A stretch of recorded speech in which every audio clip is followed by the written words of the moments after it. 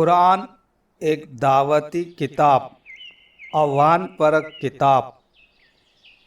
قرآن عام طرز کی علمی تصنیف نہیں ہے، کرتی نہیں ہے، وہ ایک دعوتی کتاب ہے۔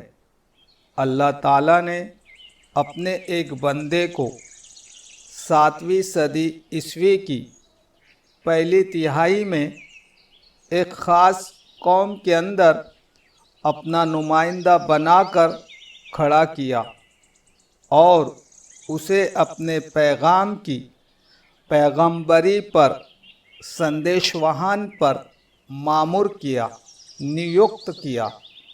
اس پیغمبر نے اپنے ماحول میں یہ کام شروع کیا اور اسی کے ساتھ قرآن کا تھوڑا تھوڑا حصہ ضرورت کے مطابق اس کے اوپر اترتا رہا، یہاں تک کہ 23 برسوں میں پیغمبر کے دعوتی کام کی تکمیل کے ساتھ، پورنتا کے ساتھ قرآن کی بھی تکمیل ہو گئی۔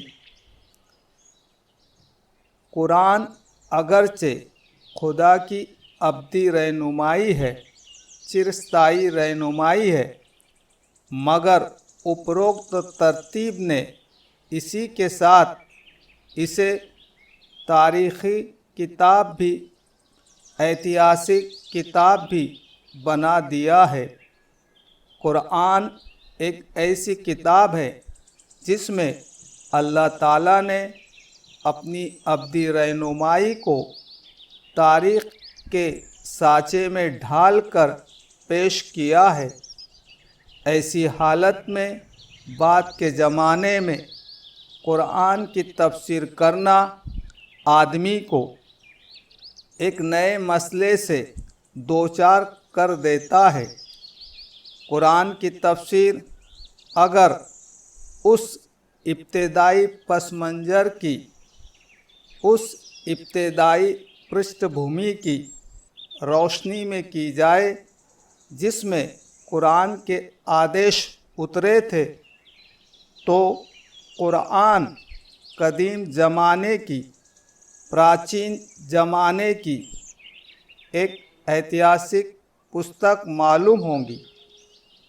اس کے وپریت قرآن کی تفسیر اگر اس کی ابدی اہمیت کی بنیاد پر کی جائے تو اس کا ایتہاسک پہلو مجروح ہوتا ہوا دکھائی دیتا ہے۔ اس مسئلے کی وجہ سے بعد کے زمانے میں قرآن کی تفسیر کرنا ایک ایسا کام بن گیا ہے جس میں دونوں پہلوؤں کو نبھانا ضروری ہو۔ تذکیر القرآن میں یہی دوہرا انداز اپنایا گیا ہے۔ اس میں تاریخی پس منظر بھی سنکشپت روپ میں دکھایا گیا ہے، مگر اس طرح نہیں کہ قرآن ایک تاریخی کتاب معلوم ہونے لگے۔ اسی طرح اس میں قرآنی تعلیمات کو آج کے حالات کے مطابق کرتے ہوئے بیان کیا گیا ہے، مگر ایسا نہیں کہ قرآن اپنی تاریخی بنیاد سے، ایتہاسک بنیاد سے بالکل الگ ہو جائے۔